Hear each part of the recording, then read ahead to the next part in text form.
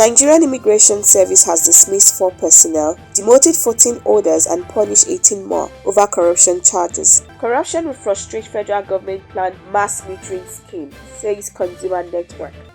Education Ministry (NBS) tagged high corruption risk among others in ICPC's integrity report. PAP dispels staff corruption rumors. Corruption inflated cost of high-profile projects in Zambia.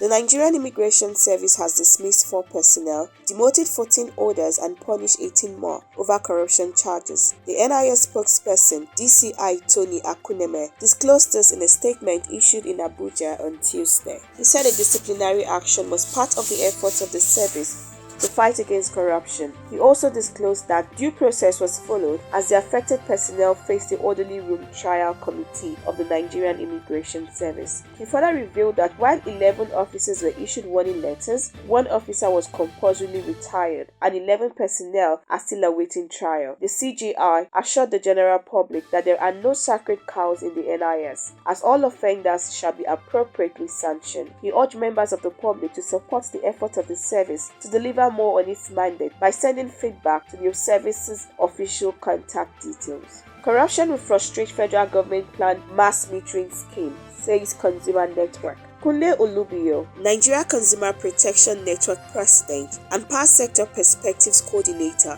has made public his belief on why the federal government cannot deploy 6 million meters before June 2023 as earlier projected. This is coming on the heels of the recent statement by the Minister of Power, Abubakar Aliyu, that the government will deploy 6 million meters before June under the second and third phases of the National Mass Metering Program.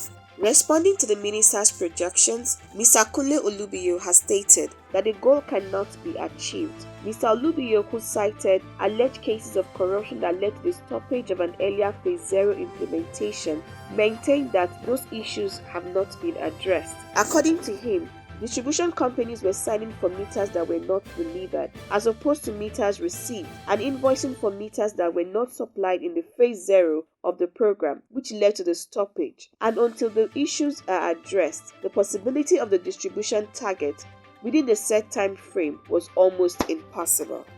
Education Ministry (NBS) tagged high corruption risk among others in ICPC's integrity report.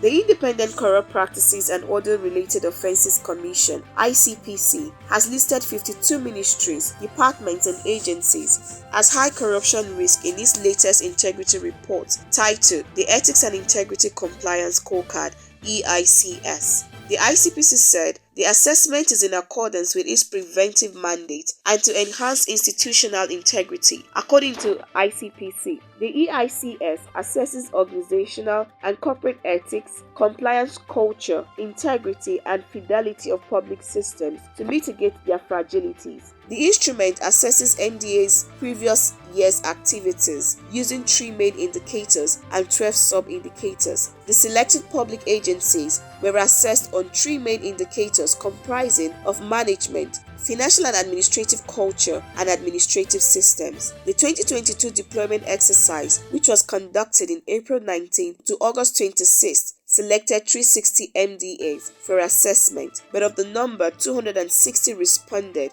168 within the FCT and 192 federal MDAs across the states.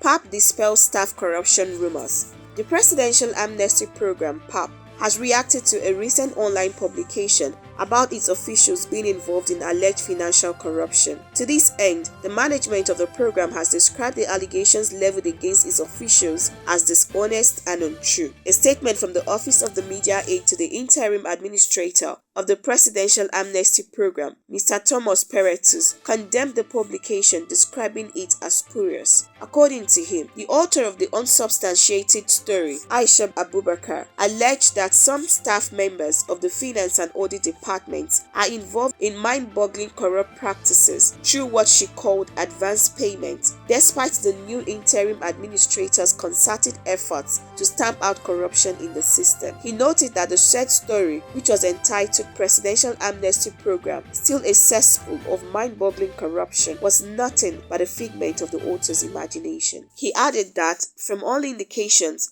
The reporter was on a mission to dent the image of the program. He further challenged the reporter to provide proof of her claim with facts and figures of such alleged underhand dealings. Corruption inflated cost of high-profile projects in Zambia.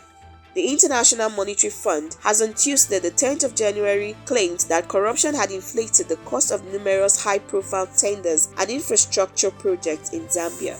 This is following an IMF Interdepartmental Governance Diagnostic Assessment mission conducted last year. The study focused on governance weaknesses and corruption vulnerabilities at a request of Zambia's local authorities. The assessment reveals serious weakness across all state functions. However, those with particular macroeconomic impact were found in areas including public financial management, granting and managing contracts in the mining sector. The findings, which were contained in a 96-page report, alleged that enormous financial resources invested in infrastructure projects such as road construction provided avenues for corruption, especially in the award of tenders, where political connections allowed members of the elite to bend the rules and access to lucrative contracts. The IMF diagnostic says corruption became particularly institutionalized during 2016 to 2021 period. Zambia's current leader has vowed upon his election 2 years ago to show zero tolerance for graft. However, many arrests has allegedly ended in bail, with defendants denying the charges.